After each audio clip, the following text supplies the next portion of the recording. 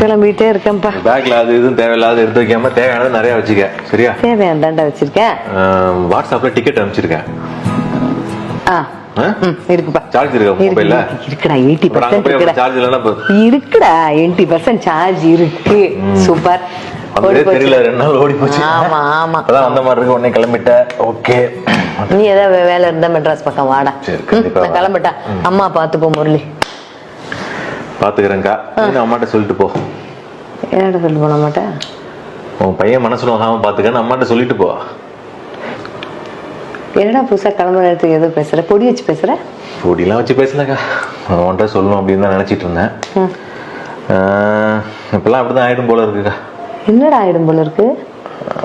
அம்மா நான் பண்ற எந்த விஷயமே அம்மாவுக்கு வந்து திருப்தி தரலன்னு நினைக்கிறேன். நீ எதை வச்சு சொல்ற? யாராவது அம்மாவை பார்க்க வராங்கன்னு வச்சுக்கேன், எப்படி இருக்கீங்க கேட்பாங்க. ஏதோ இருக்க, ஏதோ பாத்துக்கிறாங்க அப்படின்னா அவங்க என்ன நினைப்பாங்க? பாத்துக்கிறவங்க. நீ பாக்குறீங்க இந்த ரூமை வயசானவங்க யாராவது இருக்கிற ரூம் மாதிரியா இருக்குது? அதெல்லாம் சும்மா சொல்லக்கூடாதுடா. அவ்வளோ நீட்டாக மெயின்டைன் பண்ணிட்டு இருக்கேன். மருந்து மாத்திரை எல்லாம் ஒரு வாரத்துக்கு முன்னாடியே பார்த்து கரெக்டாக வாங்கி கொடுத்துட்றேன். ஃபிசியோதெரபிஸ்ட்டு வாரத்துக்கு 2 தடவை வராரு. இந்த பெட்டை பாரு, அவ்வளோ சொபிஸ்டிகேட்டான பெட்டு. அம்மாவோட உட்காந்து பேசும்போது பார்த்தேன். ஆமாம். டாக்டரு நீ சொன்ன நம்மாட்ட இருக்கிறதுலையே ஸ்பெஷலான டாக்டர், எவ்வளோ செலவானாலும் பரவாயில்லன்னு மாதத்துக்கு 2 தடவை வந்து பார்க்குறாரு. அம்மா சொன்னாங்க. இதுக்கு மேலே என்னக்கா பண்ண முடியும்? ஏன் அம்மாவுக்கு ஒரு திருப்தி இல்லை இதில்? ஏண்டா நீ ஏன் திருப்தி இல்லை? அப்போ என்னடா தினம் கூப்பிட்டு உன்ன மாதிரி யாரும் பார்த்துக்கிறவங்களோ உன்ன மாதிரி யாரும் பார்த்துக்கிறவங்களோன்னு சொல்லணும்னு எதிர்பார்க்குறியா? நீ என்ன எதிர்பார்க்கறன்னு புரியலடா. அவங்களுக்கு திருப்தி இல்லைன்னு எப்படி நீ எதை வச்சு சொல்ற முரளி? எனக்கு புரியவே இல்லை. என்ன எதிர்பார்க்குற நீ அம்மாட்ட? சரி அதை விடு. 2 நாளைக்கு முன்னாடி 8 மணிக்கு பசிக்குது அப்படின்னு கேட்டாங்க. டிஃபன் கொடுக்கணும். சரி கொண்டு கொடுத்தாச்சு. சரி நேற்று எனக்கு 8 மணிக்கு சொன்னாங்களே அப்படின்னு சொல்லிட்டு நேற்று 8 மணிக்கு ஒன்று கொடுத்தாங்க. ஏன் எங்கேயாவது வெளில போக போறீங்களா? 8 மணிக்கு எப்படி நான் சாப்பிட்றது? இதே வழக்கமாக போச்சு உங்களுக்கு, வெளில போயிட்டு லேட்டாக வர்றது அப்படின்னு. இல்லை நீனும் பார்க்குற இந்த 4 வருஷமா அம்மா படுத்ததுலேருந்து எங்கேயாவது ஃபேமிலியோட நான் வெளில போறேன்னா, ஏதாவது நம்ம வீட்டு ஃபேமிலி ஃபங்க்ஷன் வரல இல்லை. காலையிலேருந்து சாயங்காலம் வரைக்கும் ஒரு ஆள் போட்டிருக்கேன், சாயங்காலத்துலேருந்து நைட்டு வரைக்கும் ஒரு ஆள் போட்டிருக்கேன். இருந்தாலும் நான் மத்தியானம் ஒருத்தர வரேன். எங்கேயுமே தங்குறது இல்லைங்க நான் ஃபேமிலியோட. இது மேலே நான் என்ன பண்ண முடியும் சொல்லு? எனக்கும் ஒரு லைஃப் இருக்குல்ல, அதில் வாழறதே இல்லையே. டே நம்ம அம்மா தானடா பாட்டியை பார்த்துக்குச்சு.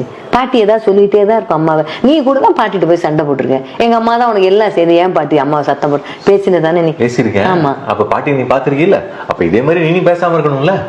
எப்பா இப்ப வயசான காலத்துல அதெல்லாம் தோணாதுடா. வலி உன்னால எப்படிதான் எல்லாத்தையுமே பாசிட்டிவா எடுத்துக்க முடியும்? உன்னால எல்லாத்தையும் எப்படி நெகட்டிவா எடுத்துக்க முடியுமோ அந்த மாதிரி தான்டா எனக்கு எல்லாத்தையும் பாசிட்டிவா எடுத்துக்க முடியும். எல்லாம் செய்யற பையனுக்கு பாரமா இருக்குமேன்னு அவன் விரக்தியில பேசுறான்னு எடுத்துக்க மாட்டியா?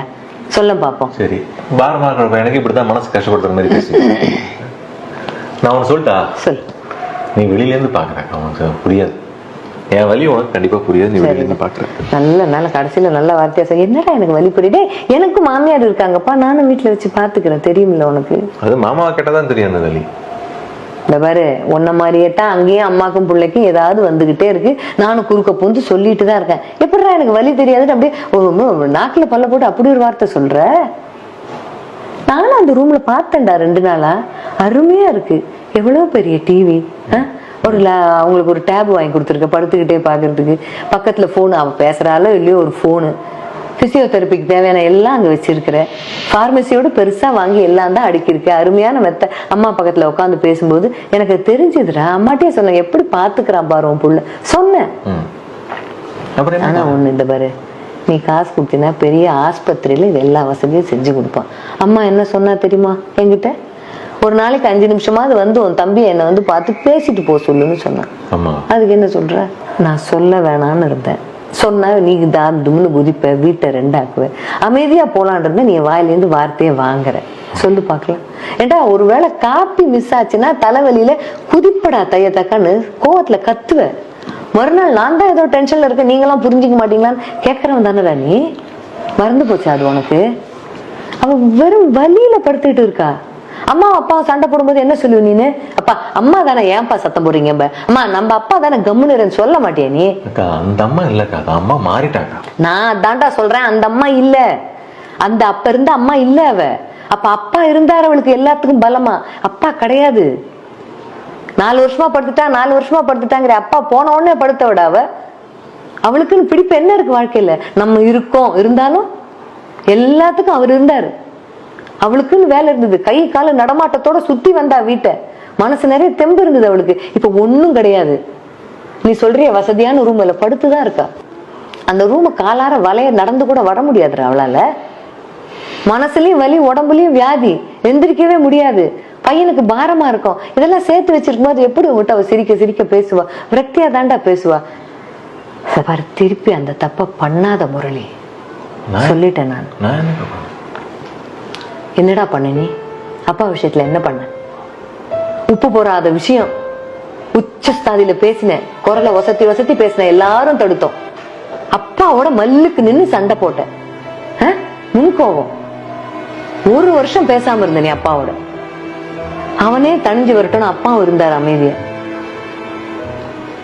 அவர் ரூம் பக்கம் எட்டி பார்த்திருப்பியா நீ? ஒரு நாள் சத்தம் போட்டு கத்தினார் உன் பேரை கூப்பிட்டு, முரளின்னு. எல்லாரும் சண்டை முடிஞ்சு போச்சு, அதான் கூப்பிடுறாருன்னு நினைச்சு ஓடணும். நெஞ்சு வலிக்குதுடா, ஆஸ்பத்திரி கூப்பிட்டு போச்சடா, ஞாபகம் இருக்கா இல்லையாடா? சொல்லு. அள்ளி போட்டுட்டு ஓடின ஆஸ்பத்திரிக்கு நீ. அப்புறம் என்ன பேசினாரு அப்பா உங்ககிட்ட? எப்ப பேசினாரு? அதான் கடைசி பேச்சு.